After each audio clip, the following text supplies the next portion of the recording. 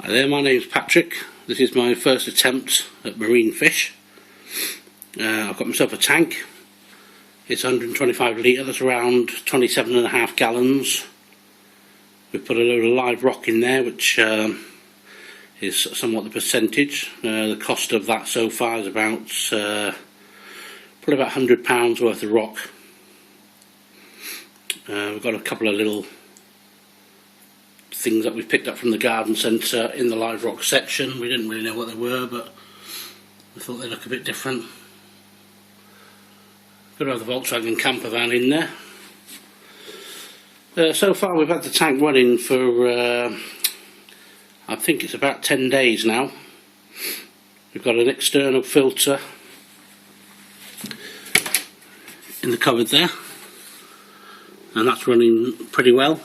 Inside there we've got the ceramic cylinders, 3 trays worth. I've got myself a couple of power heads on eBay. They were £13 each. Not incredibly powerful, but apparently one is big enough for this tank. One will do up to 140 litres. I think it's 2,000 litres an hour, so we thought if we get 2, we've got plenty of movement. All the videos seem to dictate that you're trying to create the sea conditions, plenty of currents and whatever, so that's what we did that for. My rocks are looking pretty nice now. We've got the Fuji rock, which apparently is one of the best ones for filtration. You can see we've got some diatoms there coming on top of the rock, so a bit later on today we're going to go and get some clean-up crew, and they've got something to clean up. And diatoms on the coral sand, one of the most common algae for this sort of tank, and that's okay because there's plenty of grub there. The live sand is a bit more expensive and you don't get so much of it, so we didn't bother with that. We just got coral sand and we put the whole bag in. I think the bag was about, I don't know, it must have been 25-30 kilos in weight. We put all that in. Again, the price was about £25 for that. We bought the RO water, which works out at £2.50 for 25 litres. And we used 100 litres in there. By the time the rock's gone in and the sand, obviously, it's displaced some of the water, so we didn't need the full 125 litres as the tank's capacity is.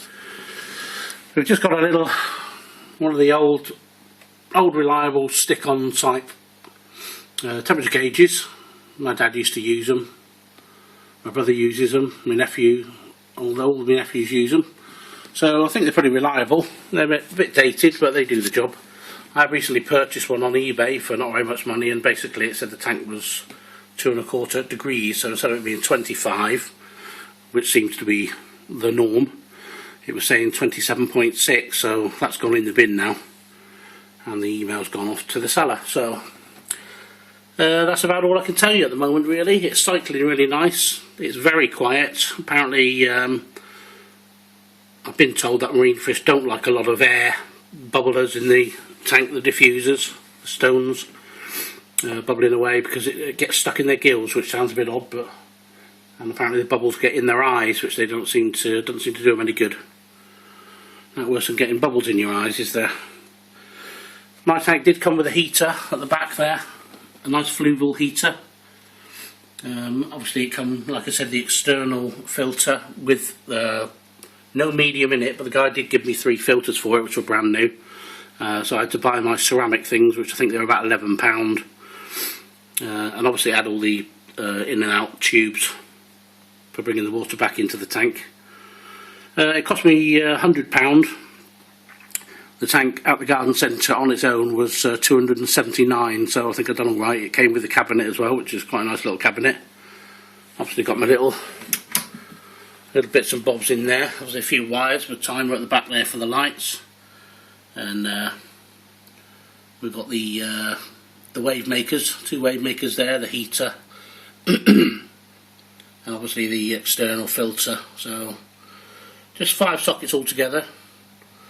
Obviously the one on the right at the back is the one that powers up the extension lead. So got my test strips. We're sort of told these were sort of the best things to get, really, just to simplify things. I think these were about £6, I can't remember now. So they should last a little while. They do everything from the KH, calcium, nitrates and all that. And then obviously we've got our little salinity unit. Cheap and cheerful, but apparently does the job. Just top that up to the wiggly line at the top there. Check the reading, and as long as we're within this range, I don't know if I can quite get that on the camera, but it's struggling a little bit. As long as we're in the middle of that red area, we're about right, and we are actually bang on in the middle of that. So today we're off, and just by the way, always make sure you wash this with the tank water. Only use this in the tank, don't go taking it out to the kitchen sink and washing it, because you'll be contaminating the tank. Myself, I've got a separate jug that I just use just for the tank. It's not going to have any fairy liquid stuck in it, any residue of any cooking fats. And I've just got my cleaning cloths for the glass down there with the with its own cleaning liquid.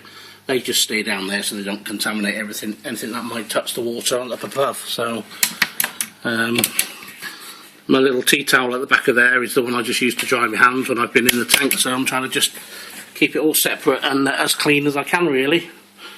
Nothing much to see. Do get a bit of saltwater stainage on top of the lid, which you can wipe off with just a bit of fresh water. It basically comes off this lid when you tick it out, because the condensation drips everywhere, and you know, when you're keen to get your arm in there and pull something out or whatever. Not much to see in there. You can see all the diatoms at the bottom. If you're on the camper van there, I have cleaned the top of that camper van once actually, because it was a lot worse. It seemed to start there actually, or they were just easier to see there. So that's about it really. That concludes this little starting video. I hope it's been a help to somebody, but what I'm probably going to do now is just wait for the partner to go home. We're going to go get some clean-up crew and maybe one fish, and then we're going to let the tank cycle for probably 3 or 4 weeks, to be honest. The bio needs to get up to speed apparently. Basically, for anybody that's not sure, like I wasn't, all the filtration in the tank needs to build up its own bacteria, and the tank will then have its own equilibrium, they call it, where everything's happy and it's all balanced out and each bacteria is looking after the other bacteria. So obviously once the fish go in there pooing and weeing, that upsets that chemical balance, so it has to increase its bacteria in the live rock, the sand, and the filter obviously.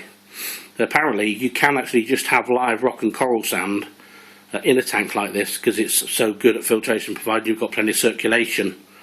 I don't know if that's true or not, but you know, you do see a lot of this on YouTube and unsure what's what. So we're just taking our time. We've gone really slow with it all, giving it plenty of time to build up everything, and we're pretty sure now it's ready for just a few little creatures in there. So watch this video, and thanks for watching. I'll post the next one as soon as I can. Thanks a lot.